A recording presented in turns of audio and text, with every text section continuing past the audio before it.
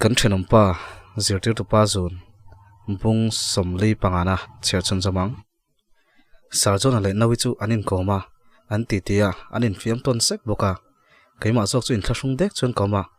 a pitinen chon an titi mol mol boka thingpui chu kalum sawa kasiama kawa peya sarjon achumin huang poina omlo keipo chu ka ngoi renga thingpui chu kawa pe ve top thingpui te kanin zo chon a pe le a po chon muwa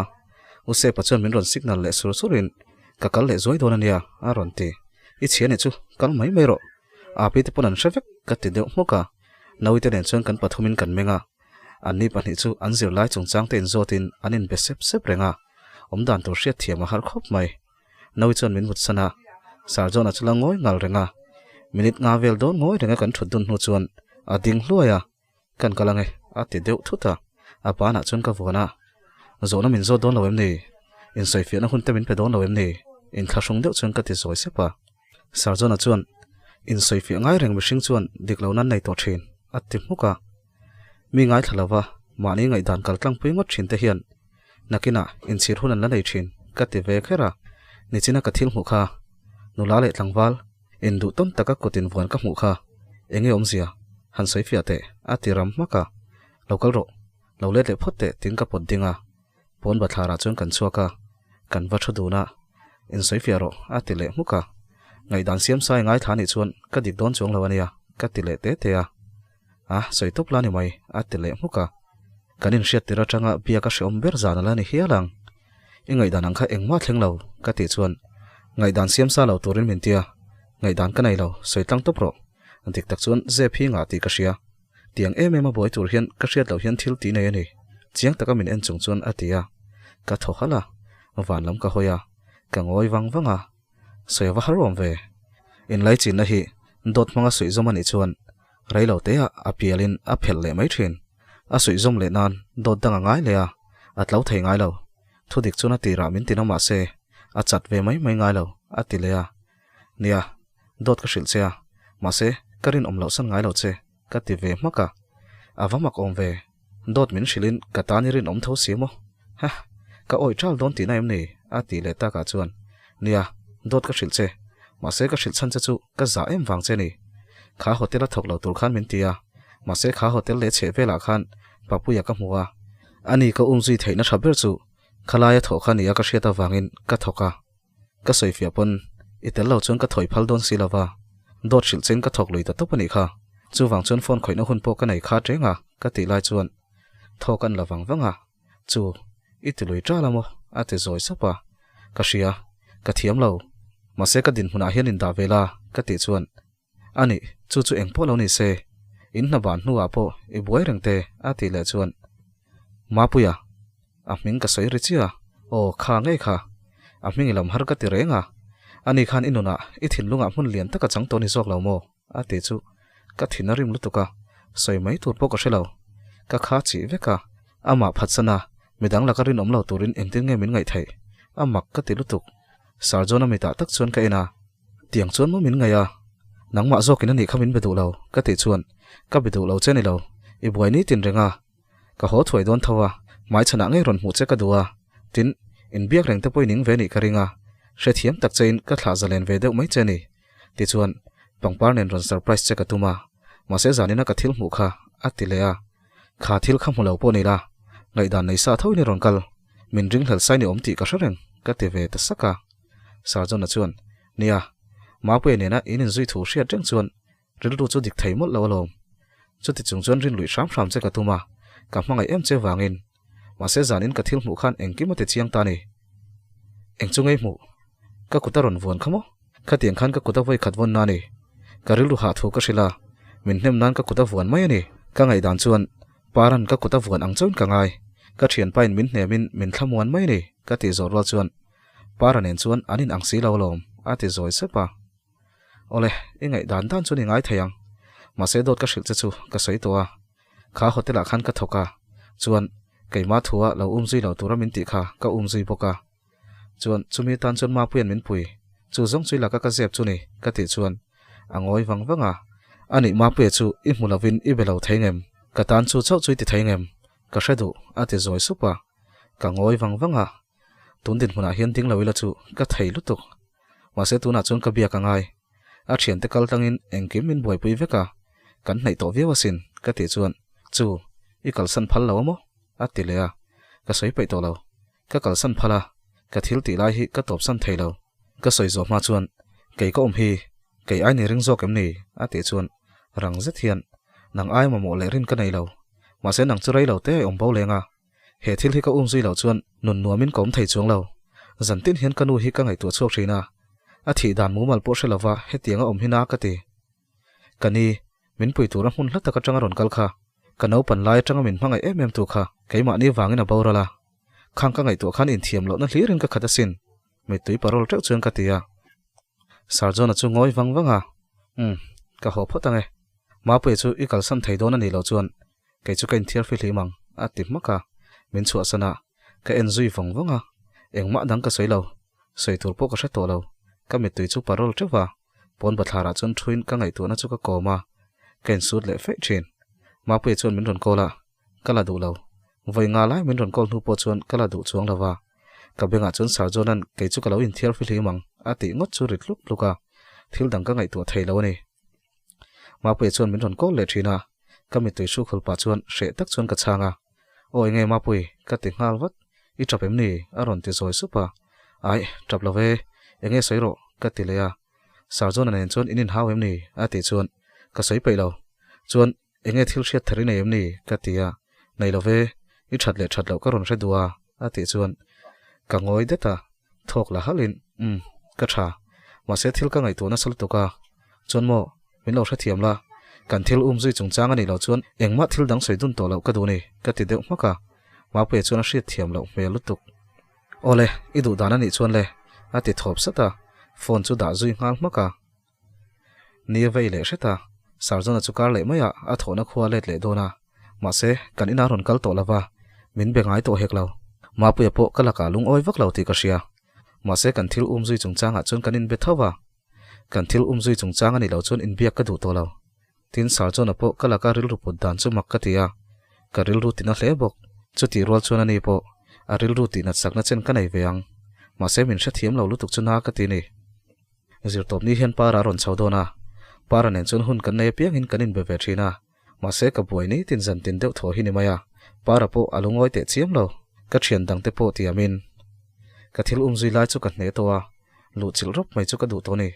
zan khat chu kan hotel a chun case pakhat hi ron thleng leya pari tenen anin zom ve kani karina wangin ka thli thai ru renga kan pu te bula chuan zanin chu kan omrei teng ka ti ve ngota midang po chon makan ti lutuk rai tak chu ka om veya room number 6 a kawakal na pa chuan min en du hle maya ka chua san le wata rai vak lawa rozi chuan min ron kawa number 6 ai wakal le them ati chuan khapa kha ka thi sin ka ti supa wakal ro a bedu che ati maya pailo deuh chung ka wakala mami lo thote ti min ron ko thoka hey kapu khatiang chi kha ka ni ve lo ania ka ti maka ka ding le ngala ka fiam cheni kha khongain whisky khat iron da them noi sun sun chuna tia o ron da thai ma se khatiang khan ku tho kha chon min fiam ve lo la ka lom ngotang ka ti maka a whisky min chang chu kan nei lo wangin adang kalak saka ka wada le chuan min lo thit sakha la hei hi chu in service ta telin ka ria atia ke chun ka thailo ka ti maka kalkatum chu in dana khana telin ka ria bani du lo chon min thit mai ro atia du lo chu ngain ti luina omani chuan action lak thai ni ti po ombok ka ti velea he hotel treng heng danin ko kal lutuk ani chu tina thun noka hotel mumal lo lutuk ati muk bok chianpa aron thlengte po hi mumal takin wanga sin ka ti rol chuan a phone na ron ria o boite dam thuam chuna tia e anu kha ka shil kha zanin chuan kan office a kan boi lutuka kalo ho hardon naktuka kalo ho man chawang ati dam thuama kalo ner nonga ka e lo lutuk ringot thil thadeu kalo hon don chenia anu chu dam deu to em tina zota thadeu khan lo en kol ro hei boite kan puten lo kala phone kan da lok o atia phone chu da ha in na chu in boy om hle maya noi sak chon ka tia ilaw in rol na turom lo chu ati ve muka nia chuan inupui dam lo kalsanin nuam tol turin ron chuak amo ka ti le kher naupang I trong tamange o ati rum chara inupui soilan chuan iter ve at mailom mi palepler ten om lutuk tin ner no chuan kalsan katuma chupa chuan loading te enge kan chung ka chungchang hi hriata ka beng don chenge ni ati rum chara ka hlo chei ring em ni ka ti ve khera ka thil ton sang sang hian ka mi zia hi a hruai danglam hne to emani ama mai chajak zum le doi tak ni thin kha hlo em ka nei point ka hre to lo chupa chuan ka ngonga min ron rek bet chota ka nupui chungchang hi ingam chuan han soile te atia ana min tharo tin ka tal waka ka che thei to lo room chunga kanom boxi ka thei top chuan ka tanga dokana kan lem da chu ka pet waka atla ri choka chupa chuan min thla ngala ka kho bor bora rosi ron thleng ve ngal enge thilom zia tin min ron zot wata ka soi du lem lo chupa churum tak chuan ka mela rosi chuan sar ta hian kan phal zaw viau na an du lo chung in khoi hi chu kan ngai zom mai ngai lo ania atiram maka chupa po chu bungut nguta ka chhuwa san ve ngala dar som pakhata ri towa nawi chu ka text veka karon ho hardona kapi te khami lo thil sakro nangpoi mi lo ngak su tin ka thon vek towa room number 3 tang chuan nula nal ve pa ngai za churon chuaka mem kan ho to nge ka ti chuan ole zanin chu riak ve do ne mo kan tia tin anui ve suka ka thom no te ka thak veka kan siam sok soka chunu chu ka zui ngala anunga chuan ko zui zela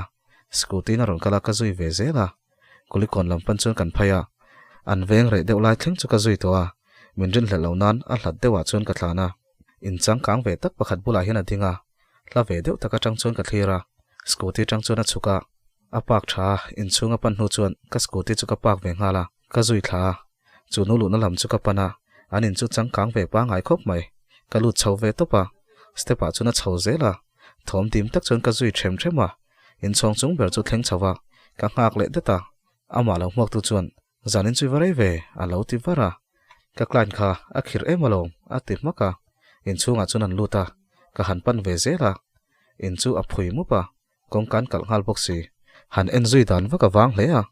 thom tim tak chuan ka kal kwal zela an tuk ver pakhat chu lo lain hong ti ka hmu hal wat kun chung chuan ka kal phei zela an tong ri ka hre theita an mani phei chu ka hmu chiang thei wak chuang lo tin ka dak thangam lo bok ks zok ni om tak chuan hen ha hi bansan ka du to isoi ai rei ka pui to che chulawa cheng sing sari ka ba kha ka rul kim to in ka sia ati khar khar ri chu ka sia la rul kim lo ve nangman chani nei ve zel hi a chhor tu chuna tile ani engti rei nge ka ti la ngai don ati le ya mi pali mole nui hwa hwa chuna ti ya abula chon mi pa om ve ya pali zinga pakhat chu kai mani se alo ti ri ka sia chu o chu ka sia to nu ni en chian tumin ka da ka ma se pardan zar buk nen ka hmu chiang theilo zoite chun kongka chu ka kai kaw bel theilo rem lo chun ka bia an re deuh muka ka thoman siani ka ring ka kun thiam le ngal wata an zinga chun mai chedang pakhata lo la om nangni pani hi intenom zia hi ati vin khar khar ri chu ka sia chu mai che opo chu ka hre to thlatin ka sia mi pa chuan nang khalo ngoro a thlonin kan chom che hi nui hak hak chuna tia anui dan chu nui so rong kai mani an hau tunu ber chuan he nu hi aron in rol tamani chuan da thatmak ka the hau lo ania hri chiang ro ati chang faka mai chia nutling oni mel deu an vin khar khar nu chuan nang hen ka pasal min chu saka min bumani in sum do na thil kalpui dan song song hi ka hrewe ka sin ati rol chuan an beng ri thuaya ngoi to ro kanu pui angin ka en lo na che rai to I trong chua kan lo wangin kan lo tir ve mai chia I trong tamani chuan trong le to lo turin inun na kan ti topang atiram maka an buai nuaya wang chuan keima min ngai sakman ka ring lo deu bok nen ka handak rem te te a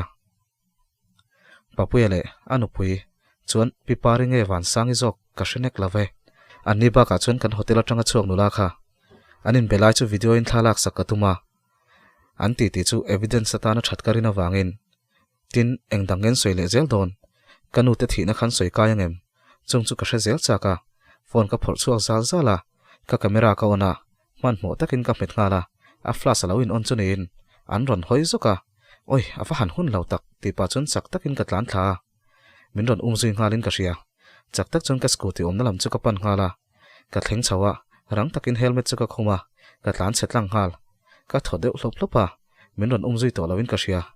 tuna chun an om na in ka hreta ma pu ya somila valu choila manila do pila ka du ni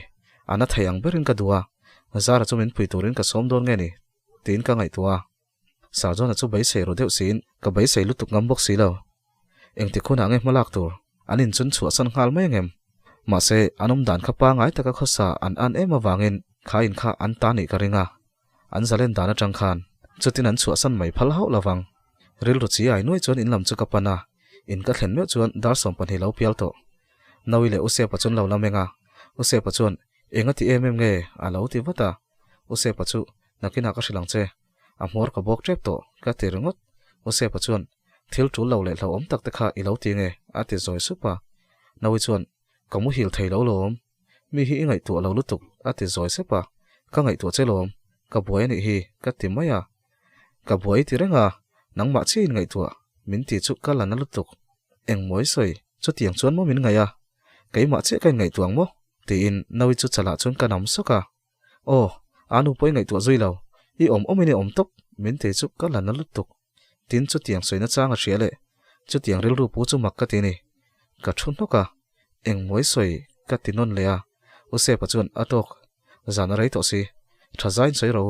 ne de boipo ithil ti kan thasi lawa in hala ni se in pu ne na ka dil veka zandariat nuwa chuan nang chui du pho chuni ron ho thaya I ron ho tlai fo boxi ka buai ti le ngot thina thil ti nei ni chon soila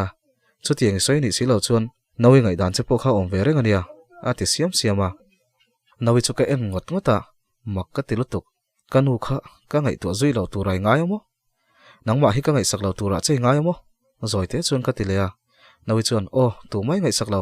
nangma chawin ngai tu ati muka aru ma chona lut da ya use pa chuan engtin ma te zui su arilu ha ve ni kha inai om tlem sia angai dan kha dik ve reng alom a khuwa har emema kom tura mamoa apile puringot chuan an hnem zo lo ni kha ati chara ka ngoi reng karil runal tuk chu tra chuwa wak mai ka duwa engponi se tun kar to phian risk kalang sarjona le ma phui po ka bele moyang ti chuan engkim ka ching felanga nawi kianga po thu dik ka soi chuak thai tuang ka thil ti lai hi ka soi ani chuan ka chung te hi chuan engti kong main ka ti zui le bo zui an phal don lo chu wang chun ka zep ri ngai mi wani use pa chu ka shil mai done mani chu o ka ti thina ma se ani point min ngai to sia kaiman ka ti mayang loin ro su ati dai karing he tianga ka in rol ve hi a phal karing lawani tuna chuan anin omna lai ka hre to boka kong al sam le zwal don tun lai chu nawin en kanin be thalo le a ka thiamang to ka kan thlem po in kanam sok kha alana lu tuka min be thadu lo kai po ka in thiam lo lu tuka ka thin rim kha lo in thunu ni la thaturania zan kha chuma pe chon lo ko lokte min ron mute phone a soi chi ni lo ati wangin in thlashung ro deu chun ka chuak le a kan kom chaka chon tingin akar chon min lo nga ka enge chanchin hriat beli nei ni ka tia o zanina kan lu chhodon ania ati maya kan pani chu chun kan che sual pal thei nia ka ti chuan engkim ruam man na ka siam vek to ati maya kan tlan zela mun re la ya chon ding lokang ka thopui tur te ngan nga ya ati wangin kan chola kong sira thutnan siama chun kan thudu na ma pe chon soi to lo tura ka ti bok chu soi le don ta debo ka du che sia zanin hen engkim kan ching felani chuan nangpo zalen le hadam takin om to dona katan hun thamin siam vela atilea khatiang lam soi to su ka ti kha kan thil boi pui lai chungchang ani lo chuan engma soi to su ka ngai thlapai lo ka ti deuh maka ka soi lo thei lo ni sarjona nen pon inin be thato ngai lo ti ka sia chu wang chon ka hun thana hi bo pel ka tum lo tin ka kutaron won le a ka soi chen to kha nawile kanu te phuwa lo chungai tu kha nei lo chuan mi pa hi sarjona lo chung mangai ka nei le thei po ka ring to lo ka ti chuan ila thei mayang tuna la la min mangai ngal turin ka ti lo chia ti pa chu min ko tuma kalro hey zani ne om dan hi diklawania tin kanama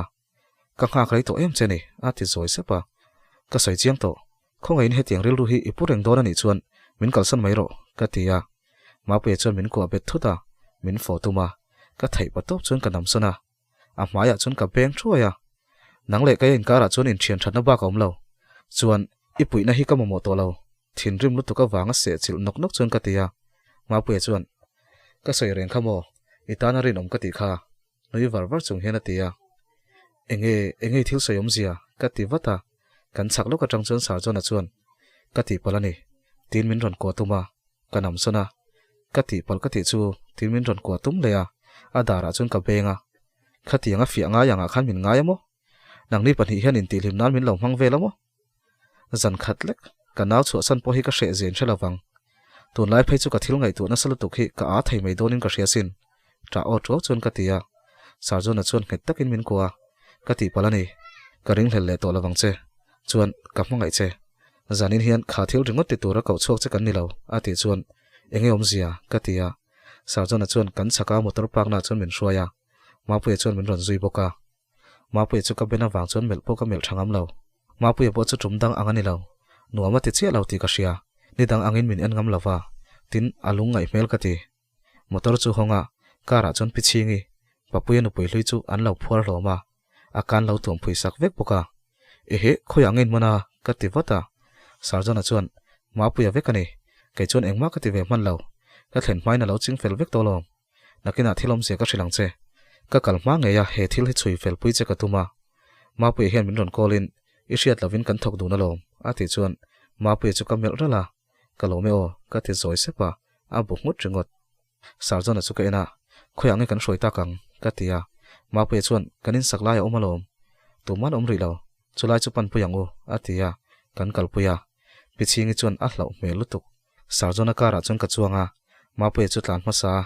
kele sarjona chuan kan zuya sarjona chuan muang changin ka kut chu ron vuana kala son zoka anui suka aron ban lea ka kut chu net takina vuana kati palo kalaurin hlalchea ati zoile sepa kei poila ka zep ka nga lutuka kati pal kati tham triaka a hrimhrimin I kala hun toy mo katia kati chuan sarjona chuan nia a hun to a masema pen en khan kan po zuya rin ain kan nai thina wangin ka thopui ten hena ka soya chol rei lo te ka dil bela min lo hra thiam hlawa ma pen en hian ngorle zo zokin kan zong rengalom ati chuan mi fel takani kati reng kha tin ka chang zom zata nia alo ni ni hi tin a biang sum langkal chuan anui leya khanui kha ka mu lo na rei ta hle mai rem lo chuan adara chuan ka bei hle hle a kan boina hi ka ne lu tuk to chuan ka ngai to lu tuk che ka ti zoi sapa sarjona chuan kei point ka ngai lu tuk che so ading tat solai so ni to niang ti in kan ma tlan ma pu motor chu ding ta sarjona chuan motor chu pak tha a pak na lai chu rem lo boxi a che bok nen motor lian vai tra kala om zui a thlang chu pial deuh phul boxi film khur lo deuh ti chuan tlan liam mai theina nia rai fen siam rem nu chuan motor chu rem vak lo chuan kan pak fela zam te chu kama ti chuan pichingi chu kan zon chuaka ma pui ten saklaya chuan kan lu puya ma pui chuan a dashboard atang chuan a vonan tin pistol ron keng boka ke chuan angai don em ni ka ti wata ma pui chuan ngai e a hlau na ngai lom a lu lul reu te nia a ti deuh muka eng tin ngin man reng renga ka ti chuan a chunga thopui ka nei to lom chu nu ne na tang kop chuan a ma hi kan man thai ta ni ti chuan ani hian midang a thopui te chu ke ni hi min pe ve bokang engkim sanin hian kan zot chuak vekang ma sei inu le ni chungchang kan so huna in sum hram hramang che atia anin saklai chung bera chon kan da an block rem chunga chuan an thut tira akan tom na chon phel saka piching chu hlawa wangin a khur dor dora sarjona chon engwanga man chenge kan ni isia tero ati chang faka piching chuan shelo kharam wang khaim ni kharam kan shal kha kai po kan sirasin ka pasal ka chan pha tin mi tui ta treu chuna soya kai chuan kharam wang chau khani lo kanu le kani thina kha thila khanin rol nai nem thin rima wanga okhor dal dal chuan katia piching chuan ai nei lo kan nei lo ram kan shala a bak chu engma ka hre ve lo khongai min kalti ro ka pasal le bial nu khan min tira thei tok to lutuk ati chuan enge om zia I pasal le pi pare chuan an lo bum chemo katia anin ngai zonga kei chun salang mai min chora a chang le min phor beta a chang le min sei sa min vau boka a bial nu khan thui hroyang asia ka hlawani mi tui parol kyang chuna tia soi chun zomin ka mu lai ten khoman kho saduna kanal tukhi aw roi mai ka du thin ma se thom ka nei hlek point min beng le popa engma ka soi ve ngam lo chu soi lo a tra taknil po ka tap ngam lo ni ber mai ina min khung ngot ngota anaw te pani tal hi anom ve reng zel boxi ka tlan chuak ngam boxi lo ati siama a soi chu ka oi viang mai zan khat ka en thla khan tiang hoi zong khan an tong tlatani chu du tok la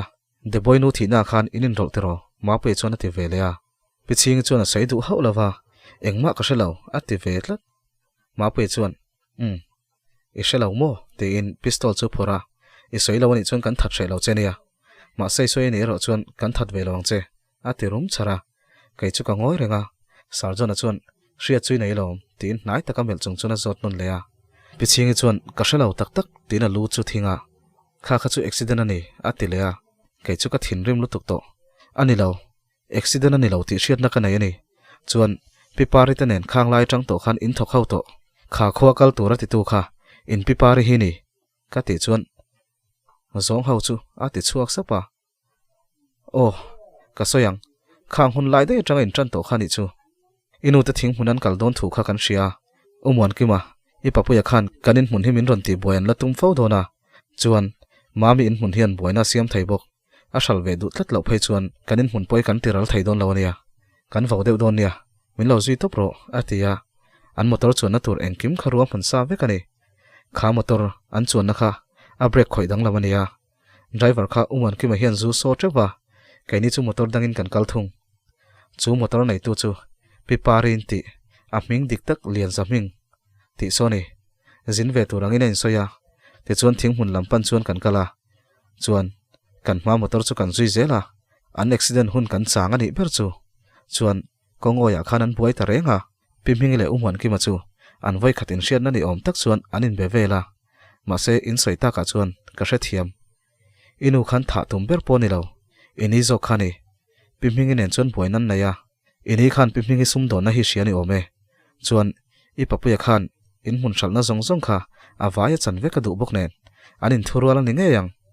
an tong kam tam taka tang khan lo man chuak dei to tur kan isin le kha thi na khan kain rol ve lo ati chu kan alutuk in rol chiam khop mai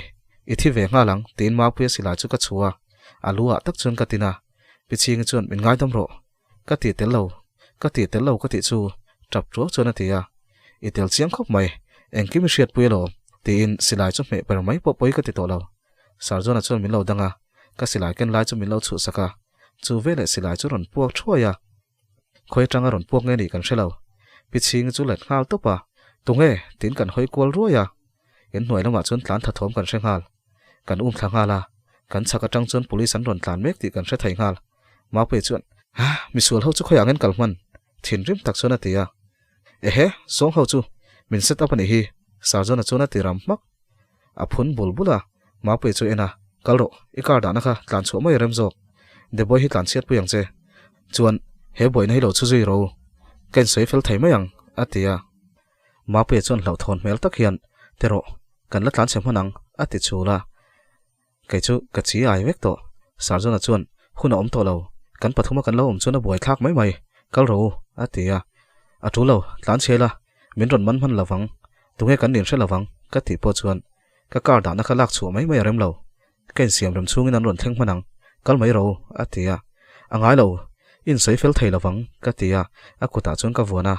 ma pui hroi lui ro ati tlata ma pe chuan keima ka lo om jok do na mi atia ka motor tang khen min chuyanga min hre tho don kal ro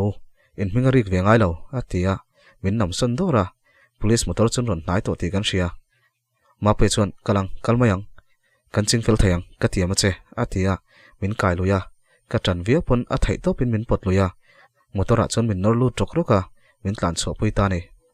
ka trap vaka ka ti palani sarjon enga tinge ka in ro tir ve cheu tin ka trapa ma pe chuan kan du thur ron tel kan ni tuna hian kan ho photangai naktuk lama khoron warse engkima thale mayang ina ka handang chenga engma lo se chuak su chuan sarjona chu ka thian te kan boi puyang in sei fili mahar lawang a soyang khan kan mingalan tam khana boi thlak mai jok atia sei tur po ka hre to lo ka chil ka lem re khola ka ti palani ka ti le ngot thina ma puya po chu ngoi renga dar som pakhat vel chun kan in chu kan thlenga in chung ka lu thu po chun ka ngoi renga ani ka kal le ngalo engma thleng lo angin omang che ka ching felang ka tiam che chuan sarjona chu thale emang ti message chu min ron thona nawi chu ruma chuna lo lamenga kongka chu ka vakal thalea nawi chu ron thau chuak vea u engi thlenga I thapa me aron ti ngal vat ai vamuro thil ka ngai to ni hi ka ti maya u sai chiang te yom dan kha dik lo atilea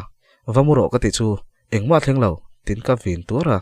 nawi chu mit tui parol kyang chuan aruma chuan atlan luta use pa churon thau chuak ve ngala use pa chuan engea khati nawi vin vaka yom dan hi dikmi lawania tunang zan ra yai ron hoa mai cheni hi keima ne ni te khinem ni ngai tu hi no bi kasin inaw hi voyang zange pona hian ilo ho hun ngai changa a chhuwa thin nang chuan engmai hrenang aron ti ve phiara usep kati palani a poilu tuk tin ka trap rengata usep apo chuna hria thiam lo melu tuk ka ko thlopa min ron ko ve ngala engea ichunga thil thalo thlengem ni tin min zot wata ka soi mai thailo ka tarin chuan api ten ron har ka hla boxi pon bathara chuan ka chhuwa puya kan thil ton vel chu ka hrila chanchin engkim chu ka hril talo lowa azana ka chhuwa thin chan ten en lam chuan usep a chuan ti chuan jona chu tuna enge chanchin ati ban chara ka hrebik lo mapuya khana umzuya o khur der chuan ka tia usep a chuan awa hanzia lo emo atira khan enga tinge engma min hril lova ti na chek tlaka ole khati zong khani le phot se ngai thatu zong te chunga kalome chuanin then khat tetan story anin chho ve tan to ti ka hrethiama chuanin keipo hianin next tour ka ngai to vele de ngai to hemi ringot thi ani reng thailo wangin a thlakna tur story ka ngai to ve de boka chumi wang chuanin rilu hitle mina boy ve de lek a he story to pa story kal le tur ha ngai to ha lo chuanin thon thu mi dang ta kal lak tur ka hre ri lawa chumi wang chuanin hemi chun zom hemi story to pa mi tur story dang ngai to pa in ti hian ka kalpuya zana te hianin ka ngai to mela ha han tu lo thil tu lo hinga te ka soi zi ni engpoi se thank you very nice milo like milo comment saka milo hype padikang hype khamilo pe sakla tho tunin ka som chu ain pe chu milo share sakla tho donia thank you very nice